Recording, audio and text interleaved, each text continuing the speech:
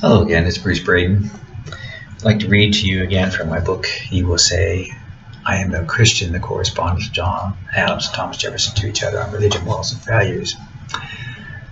For a change-up, though, I'd like to read to you some from the Addendum of my book, which includes letters that John Adams and Jefferson wrote to others. Addendum, a sampling of Jefferson Adams' writings to others on religion, philosophy, and morals. On October 18, 1756, just 12 days shy of his 21st birthday, John Adams wrote to his friend Richard Krantz of his decision to become a lawyer rather than a minister.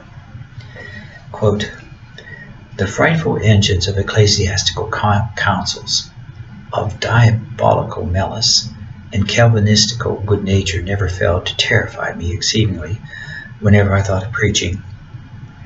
But the point is now determined, and I shall have liberty to think for myself, without molesting others, or being molested myself." End quote. 9 years later, in 1765, Adams wrote a dissertation on the canon of feudal law. Therein, Adams wrote, "Since the promulgation of Christianity, the two greatest systems of tyranny that have sprung from this original are the canon and the feudal law.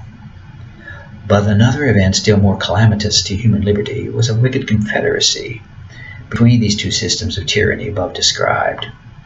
It seems to have been even stipulated between them that the temporal grandees should contribute everything in their power to maintain the ascendancy of the priesthood, and that the spiritual grandees in their turn should employ their ascendancy over the consciences of the people in impressing on their minds a blind, implicit obedience to civil magistracy.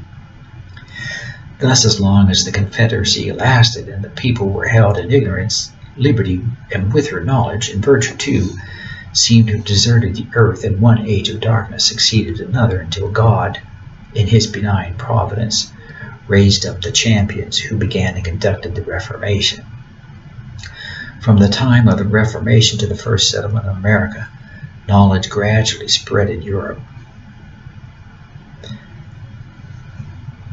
but especially in England. In proportion as that increased and spread among the people, ecclesiastical and civil tyranny, which I use as synonymous expressions for the canon and feudal laws, seemed to have lost their strength and weight. The people grew more and more sensible of the wrong that was done them by these systems, more and more patient under it, and determined at all hazards to rid themselves of it. The struggle between the people and the confederacy aforesaid of temporal and spiritual tyranny became formidable, violent, and bloody. It was this struggle that peopled America. It was not religion alone, as is commonly supposed, but it was a love of universal liberty and a hatred, a dread, a horror of the infernal confederacy before described that projected, conducted, and accomplished the settlement of America. There seems to be a direct formal design on foot to enslave all America. This, however, must be done by degrees. The first step that is intended seems to be an entire subversion of the whole system of our fathers by the introduction of the canon and feudal law into America." On February 16, 1809, Adams wrote to Judge F.A. Vanderkam, "I hate polemical politics and polemical divinity as cordially as you do, yet my mind has been involved in them for 65 years at least.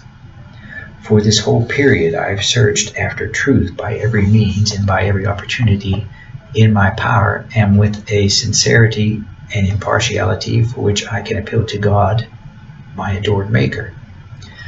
My religion is founded on the love of God and my neighbor, on the hope of pardon for my offenses, upon contrition, upon the duty as well as the necessity of supporting with patience the inevitable evils of life, in the duty of doing no wrong, but all the good I can, to the creation of which I am but an infinitesimal small part.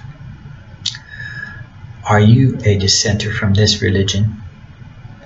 I believe too in a future state of rewards and punishments, but not eternal. In 1814, Adams wrote to John Taylor, "Turn our thoughts in the next place to the characters of learned men. The priests have in all ancient nations nearly monopolized learning. Read over again all the accounts we have of Hindus, Chaldeans, Persians, Greeks, Romans, Celts, Teutons. We shall find the priests had all the knowledge and really governed all mankind. Examine Mohammedanism, trace Christianity from its promulgation. Knowledge has been almost exclusively confined to the clergy.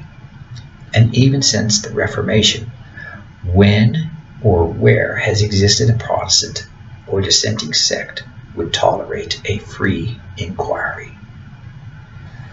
The blackest Billingsgate, the most ungentlemanly insolence, the most Yahooish brutality is patiently endured, countenanced, propagated, and applauded.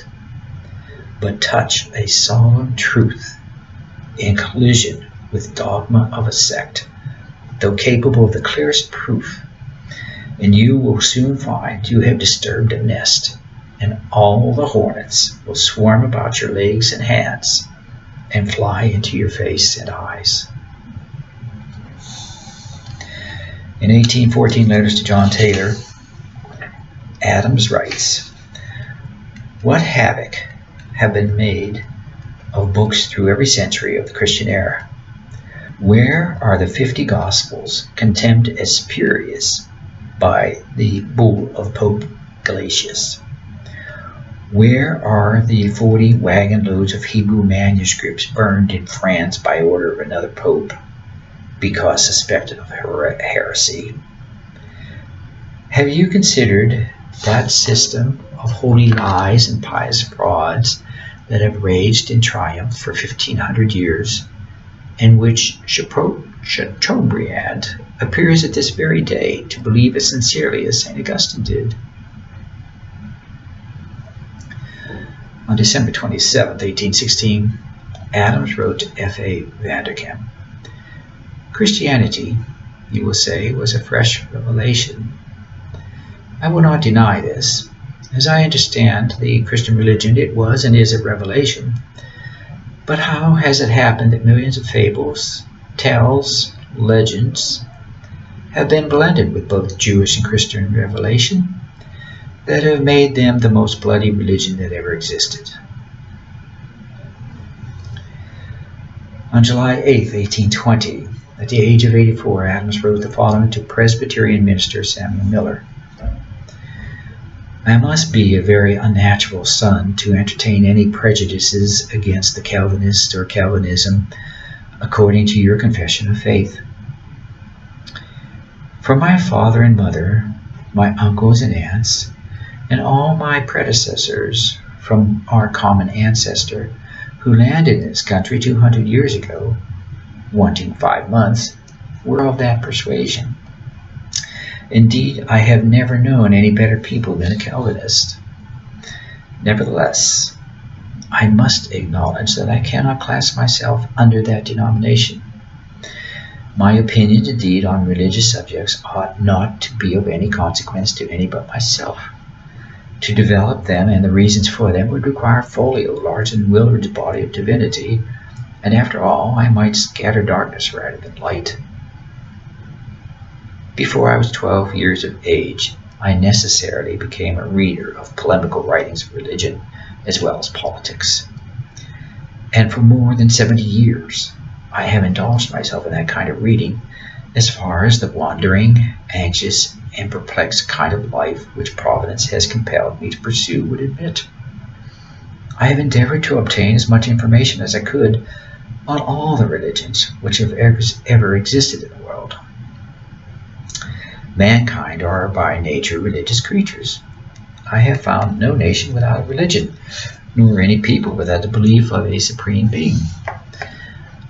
I have been overwhelmed with sorrow to see the natural love and fear of that being wrought upon by politicians to produce the most horrid cruelties, superstitions, and hypocrisy, from the sacrifices to Moloch down to those of Juggernaut, and the sacrifices of the kings of Widah and Ashantree.